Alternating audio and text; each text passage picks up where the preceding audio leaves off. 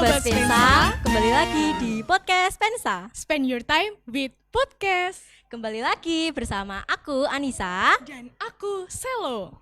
Nah, pada kesempatan kali ini teman-teman, kita kedatangan narasumber dari Kejaksaan Negeri Sragen nih.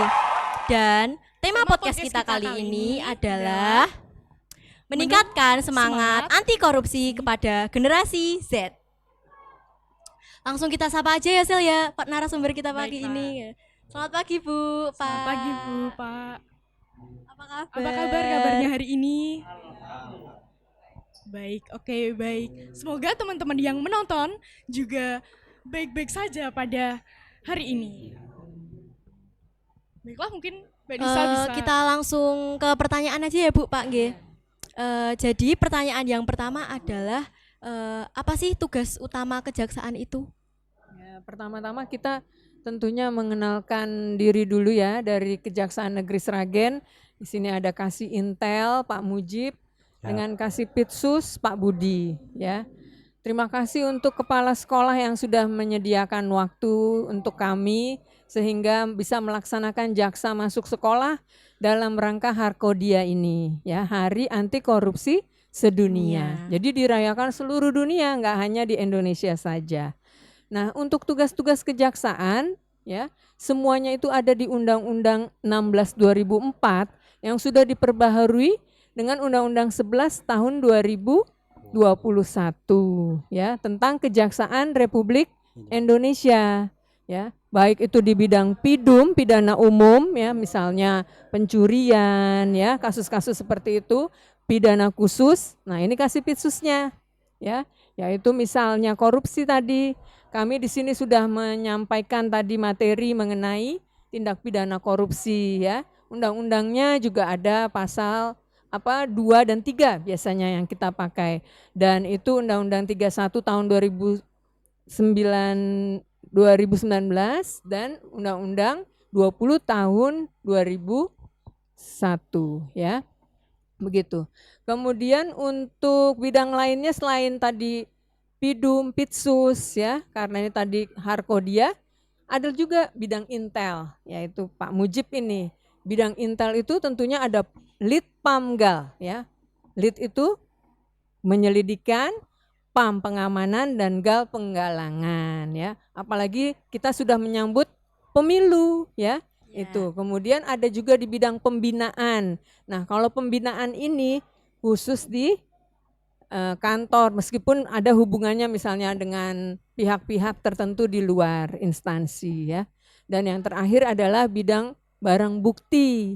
Jadi kalau misalnya ada pencurian atau tilang, nah itu bisa ngambil di barang bukti ya. Jangan lupa dilihat ya IG dan Facebook kami di Kejari Sragen. Ya. Oke, baiklah. Berarti dalam lembaga kejaksaan ini sangat banyak sekali tugas-tugas yang dilakukan oleh Bapak Ibu, seperti tadi ada Intel, ada juga pembinaan dan lain sebagainya. Nah, apa saja tantangan terberat yang dihadapi oleh Bapak Ibu dari kejaksaan ini dalam menjalankan tugasnya? Ya, banyaknya misalnya masyarakat yang tidak merasa puas tentunya ya dengan apa yang sudah kami lakukan. Karena kami dalam menentukan tuntutan itu tidak hanya dari jaksanya sendiri, tapi konsultasi juga dengan Kasih Pidumnya, dengan Kepala Kejaksaan Negeri, dan ada tolak ukurnya ya. Jadi tidak langsung menuntut misalnya seumur hidup begitu ya, tapi semuanya itu ada dasar hukumnya ya. Tambahin sedikit ya. Silakan. Jadi memang tantangan, hambatan, gangguan dalam setiap pelaksanaan pekerjaan itu selalu ada. Jadi misalnya karena kita kan setiap hari selalu berhadapan dengan para penjahat lah ya.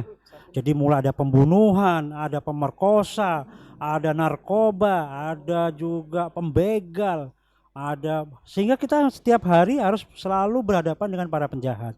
Maka dari itu udah biasa kita diancam, kita mau dibunuh, kita mau dibakar dan lain sebagainya. Apalagi mungkin yang pernah kita melaksanakan tugas di Papua, kita ketika menangani perkara-perkara makar, kita akan diancam. Hati-hati loh Pak, bisa saya bunuh nanti Pak. Nah itu karena memang yang kita hadapi adalah orang-orang yang punya semangat separatisme, ingin membebaskan dari negara kesatuan Republik Indonesia, sehingga mereka seolah-olah mengancam kita sebagai aparat penegak hukum.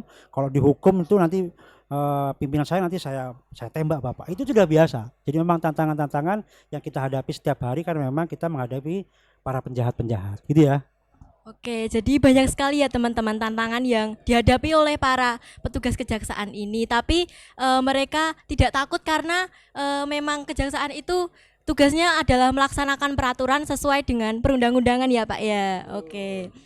Jadi selanjutnya kami sebagai para siswa-siswi terutama di SMP Negeri 1 Sragen itu mengenal istilah KKN nih Pak. Di KKN itu singkatan dari korupsi, kolusi, dan nepotisme. Oke. Nah, bagaimana sih cara agar siswa-siswi di SMP Negeri 100 Sragen ini tidak melakukan hal tersebut? Baik, terima kasih adik-adik ya. Makanya dari sejak usia dini, terutama di sekolah itu memang awal dan penting ya, dipupuk rasa disiplin, khususnya untuk anak-anak yang masih sekolah. Tepat waktu mungkin di sekolah untuk masuk sekolah, kemudian dalam pekerjaan juga mungkin tidak boleh menyontek ya. Itu termasuk untuk menjaga diri lebih belajar tingkat tinggi gitu loh. Dan disiplin juga, ibadahnya juga, dan saling membantu untuk kegiatan yang positif bersama teman-teman sekolah, terutama organisasi juga. Itu penting seperti OSIS, kemudian ekstrakurikuler karate atau olahraga dan lainnya, itu termasuk hal-hal yang positif. Artinya biar anak-anak ini nggak ada kekosongan daripada nanti di luar malah malam-malam mungkin suka tawuran, kemudian ada keluar malam sama teman-temannya yang nggak bisa diatur. Nah, itu perlu tindakan yang kegiatan positif di tingkat sekolah. Itu seperti itu ya. Oke, baiklah. Jadi kan tadi ada banyak sekali macam-macam kasus yang ditangani oleh kejaksaan ini ya Pak Bu. Salah satunya adalah korupsi, sesuai dengan tema podcast kita kali ini. Nah, apa saja faktor-faktor yang menjadikan masyarakat atau pegawai-pegawai di luar sana yang melakukan tindakan korupsi tersebut, Bapak Ibu? Ya, tadi pada saat kegiatan di bawah sudah saya sampaikan, ada setidak-tidaknya ada 4 faktor seseorang melakukan korupsi. Jadi yang pertama tadi ada rumusnya tuh GON, greed, atau karena serakah. Jadi corruption by greed, karena memang dia serakah. Jadi nggak pernah merasa cukup, apa yang dia dapatkan, apa gaji dia nggak pernah cukup, tunjangan dia nggak pernah cukup, uang honor dan lain sebagainya tetap nggak pernah cukup, karena memang dia punya mental yang serakah.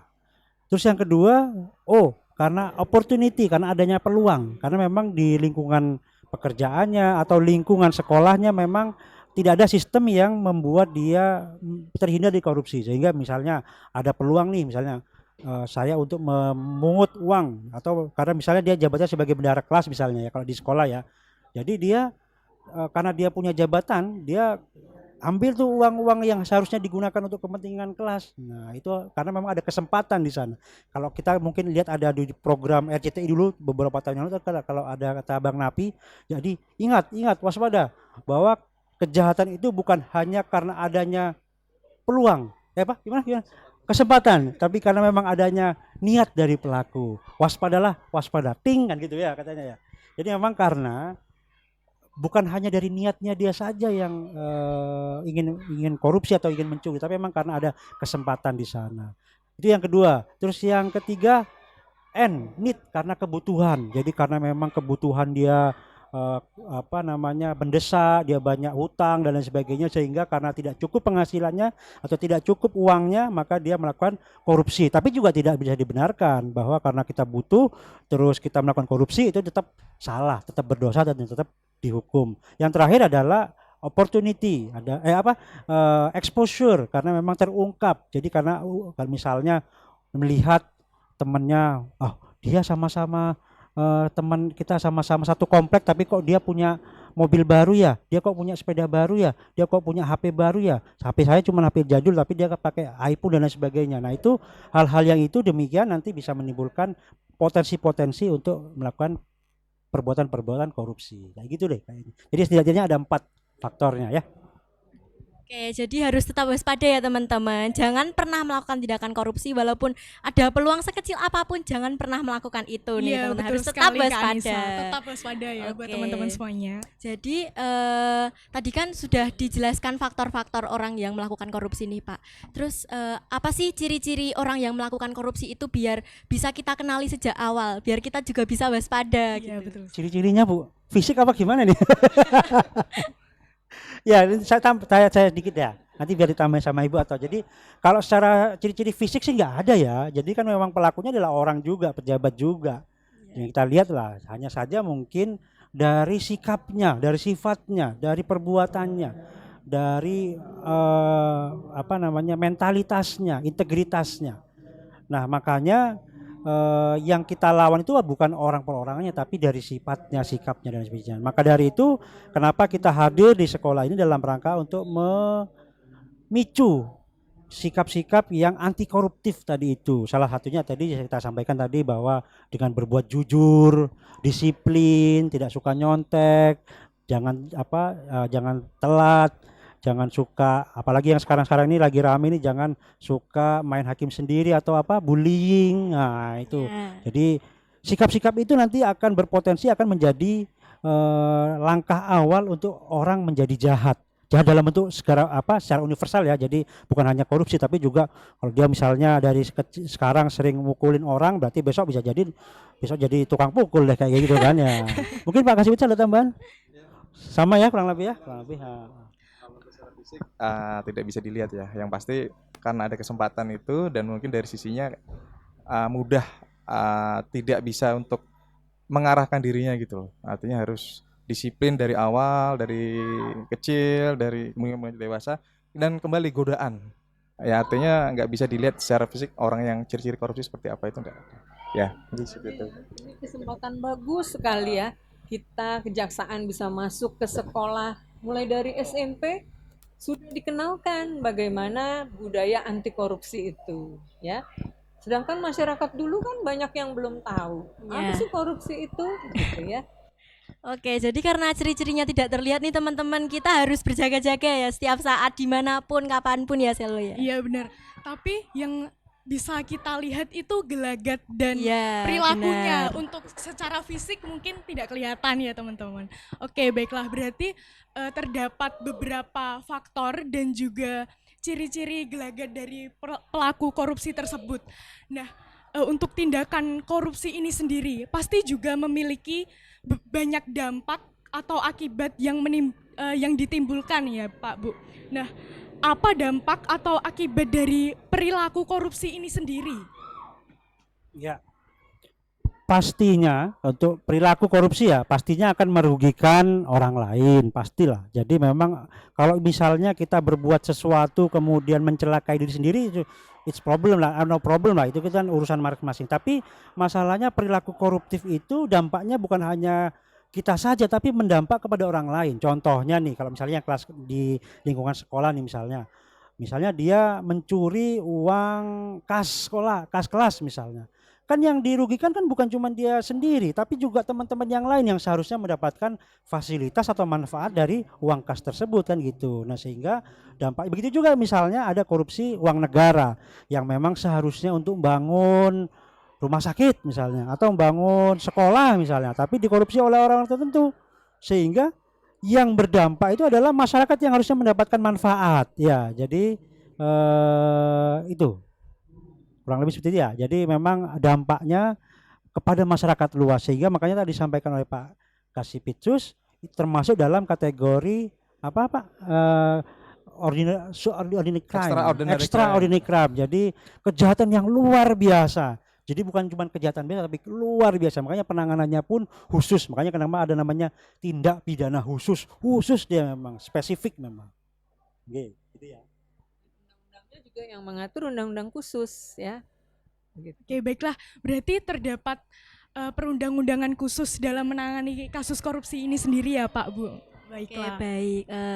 Selanjutnya tim kejaksaan ini kan datang ke sekolah-sekolah terutama ke SMP Negeri 1 Sragen saat ini itu kan pasti ada tujuannya gitu. Terus boleh gak sih kita tuh mengetahui apa sih program-program dari kejaksaan yang bisa mendukung keselamatan dan keamanan di sekolah-sekolah. Programnya banyak nih. Kasih Intel ini programnya itu ke sekolah-sekolah, jaksa masuk sekolah, jaksa masuk pasar. Coba deh. Ya. Iya, jadi kita ada namanya di bidang Intel ya, bidang saya ya, ada namanya jaksa masuk sekolah, jaksa masuk pesantren. Tahun 2023 ini kita sudah mendatangi ada sekitar 6 sekolah. Mulai dari pertama dari MAN 1, Madrasah Aliyah Negeri 1 Sragen, sampai yang terakhir itu di SMA 1. Kita juga pernah masuk namanya di pondok pesantren An-Nur di sana, punya milik dari LDI. Jadi memang selama ini kita ada namanya program jaksa masuk sekolah dan jaksa masuk pesantren. Apa-apa yang disampaikan termasuk misalnya masalah tadi misalnya anti korupsi, kemudian terkait masalah media sosial dan ITE ya, kemudian cybercrime atau kejahatan siber, bullying, narkoba, kemudian ada kejahatan kenakalan anak remaja. Itu kami semua ada materi-materi itu. Bahkan kami di pesantren kami memberikan materi terkait anti radikalisme dan terorisme gitu. Sehingga nanti bolehlah di tahun selanjutnya Pak Kepala Sekolah, nanti kalau misalnya di kesempatan, nanti kita di tahun anggaran selanjutnya di tahun 2024 kita siap untuk memberikan materi-materi sosialisasi jaksa masuk sekolah di SMP 1 dengan materi-materi yang tadi saya sampaikan. Apapun monggo, misalnya masalah media sosial sesuai request atau masalah terkait masalah anti radikalisme atau narkoba, itu nanti kami siap dengan anggota. Itu ya Pak ya. Termasuk kami juga ada namanya jaga desa. Kami juga ada namanya kegiatan jaga desa dalam rangka untuk jaga hutan, dalam rangka untuk bukan seperti Tarsan ya, bukan ya. Kita jaga hutan dalam rangka untuk mencegah adanya pengerusakan hutan. Kemudian jaga desa itu dalam rangka untuk penata kelolaan keuangan desa agar lebih optimal dan tidak dikorupsi. Seperti itu sih sebenarnya. Oke, baiklah. Berarti cukup banyak ya teman-teman program yang diadakan oleh kejaksaan ini, seperti tadi ada jaga desa, jaga hutan pula, dan untuk di sekolah itu seperti melakukan sosialisasi. Betul, sepertinya. betul. Oke, baiklah. Salah satu contoh korupsi dalam lingkungan sekolah itu kan salah satu contohnya seperti bendahara kelas yang melakukan penyelewengan dana dari kas-kas kelasnya sendiri gitu ya. Nah, untuk Pak Kepala Sekolah nih, apa peran yang seharusnya dilakukan oleh sekolah dalam pencegahan korupsi nih Pak? Terima kasih. Assalamualaikum warahmatullahi wabarakatuh. Sebelum saya menjawab, saya ucapkan terima kasih sekali pada Kejaksaan Negeri Sragen yang hebat, penuh inovasi. Dan saya selaku kepala di SMP Negeri 1 Sragen sangat berterima kasih bahwa Kejaksaan Negeri Sragen ikut memperhatikan atau mempersiapkan anak-anak bangsa yang 15 tahun akan menjadi estafet kita. Mudah-mudahan akan lebih baik dari sekarang. Terima kasih sekali. Dan tolong mungkin Ibu Kajari ke depan tidak hanya di SMP 1, kalau bisa mungkin di SMP-SMP yang lain. Nanti kita bisa kolaborasi kerjasama kejaksaan dengan mungkin MKKS atau Dinas Pendidikan, sehingga anak-anak ini memang perlu secara dini untuk didasari karakter-karakter yang bagus. Lah, untuk mencegah tidak pidana korupsi kalau di sekolah, maka kunci utama mari kita bangun keterbukaan, baik itu dari instansi atau sekolahnya ya terbuka, baik itu sampai urusan terkecil di kelas bendahara, kita bangun keterbukaan.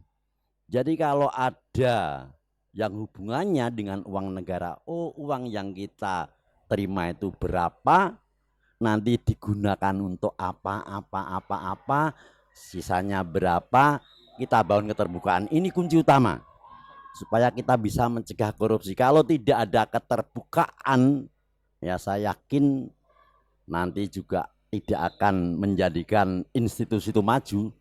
Karena apa? Karena saling suudon, saling curiga. Tapi kalau sudah ada keterbukaan, saya yakin nanti semuanya karena tahu posisi keuangan negara itu seperti apa, kegunaannya juga tahu, sehingga nanti kalau membuat pertanggungjawaban mudah dan jelas ya, sehingga pimpinan pun juga tidak akan berkorupsi ya. Biasanya yang peluangnya paling besar untuk korupsi kan pimpinan biasanya. Lah maka alhamdulillah saya masuk sini, mari kita bangun, kita terbuka setiap awal bulan, kita laporan keuangan apa saja. Itulah di kelas juga begitu, tolong. Jadi misalnya ada iuran-iuran kelas untuk apa kepentingan kelas, bendahara atau ketua setiap awal bulan atau akhir bulan laporan pada anggota kelas. Oh, kita terima sumbangan dari kelas itu sekian 1 bulan ini atau 1 minggu ini, bisa per minggu ya. Terus kita gunakan untuk kepentingan A, B, C, O, barangnya ini misalnya untuk beri belanja barang, untuk ini, oh sisanya sekian. Dengan begitu insya Allah tidak akan terjadi korupsi. Korupsi itu bisa terjadi karena tidak ada keterbukaan, maka ada selempit-selempitan, selindut-selindutan. Saya tidak ingin jadi pimpinan seperti itu dimanapun, saya membangun keterbukaan itu ya. Oke, jadi kunci utamanya adalah membangun keterbukaan, entah itu dari yang instansi paling tinggi maupun dari siswa-siswanya sendiri ya Pak ya. Sedangkan di sekolah-sekolah ini masih ada tindakan ketidakjujuran, ketidakadilan, contohnya mencontek. Dan bagaimana cara kita sebagai siswa dan pihak sekolah juga untuk menanggulangi hal-hal seperti ketidakjujuran dan ketidakadilan seperti itu untuk meningkatkan integritas kami, Pak. Ya, terima kasih anakku. Jadi untuk menanggulangi hal seperti itu, pertama memang dari Bapak Ibu guru tentunya memberikan motivasi, mengajak, memberikan arahan pada anak-anak. Tapi yang paling utama adalah dari niat diri kalian masing-masing. Maka harapan kami, karena kalian adalah anak-anak bangsa yang menentukan maju tidaknya bangsa dan negara 15 tahun, 20 tahun ke depan, yang menentukan berdiri tidaknya negara kita ini tergantung pada kalian ya. Maka harapan saya mulai sekarang tanamkan pada diri kalian kejujuran, semangat untuk belajar, harus cerdas, berkarakter, sehingga kalian nanti 15 tahun atau 20 tahun yang akan datang tidak mudah dibohongi oleh bangsa-bangsa lain. Kalian tahu Indonesia ini kaya akan sumber daya alam. Bahkan di luar negeri sekarang mulai akan kehabisan sumber daya alam. Prediksi 20 tahun luar negeri akan kehabisan SDA. Tapi di Indonesia kaya sumber daya alam ya. Maka memerlukan pengelolanya yang cerdas dan berkarakter. Kalau cerdas saja tidak berkarakter hanya untuk kepentingan diri pribadi atau kelompok. Tapi kalau cerdas berkarakter untuk kepentingan umum ya. Itu, maka kalian harus bisa cerdas berkarakter. Maka bisanya seperti itu mulai dari sekarang sedini mungkin. Mari kita jujur tadi apa yang disampaikan oleh Bu Kajari, oleh Pak Kasih Intel, Pak Kasih Pitsus, sehingga kalian akan menjadi generasi penerus yang handal, SDM yang luar biasa. Siap ya? Amin. Ya, siap.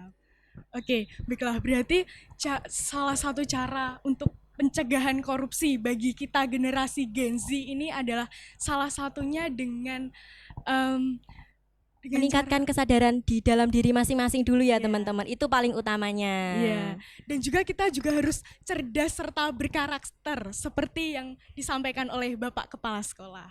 Oke, baiklah, sekarang apa pesan atau motivasi dari pihak Kejaksaan Kabupaten Sragen kepada generasi Gen Z dalam membangun semangat anti korupsi di masa depan? Baik, sebelumnya tadi kita tanggapin yang dari kepala sekolah dulu ya. Boleh, Ibu. Tanggapannya. Jadi selain itu perlu dibentuk dewan pengawas tentunya ya, terdiri dari murid-murid, guru. Jadi bendahara itu lapor ke dewan pengawas ya, dari dewan pengawas sekolah itu, sehingga semuanya bisa terbuka. Atau misalnya ada WA grupnya, sampaikan di WA group ya. Jadi semuanya keterbukaan tadi itu adalah penting ya. Nah, baru pertanyaan selanjutnya. Pertanyaan selanjutnya, apa pesan atau motivasi yang akan disampaikan oleh pihak kejaksaan Iya. untuk generasi Gen Z dalam membangun semangat anti korupsi di Iya. masa depan? Kalau dari Intel itu semboyannya cuma 2, ya kan? Jauhi hukuman, kenali hukum, jauhi hukuman. jauhi hukuman. Itu. Nah, terus kalau dari Pitsus, ada Pitsus?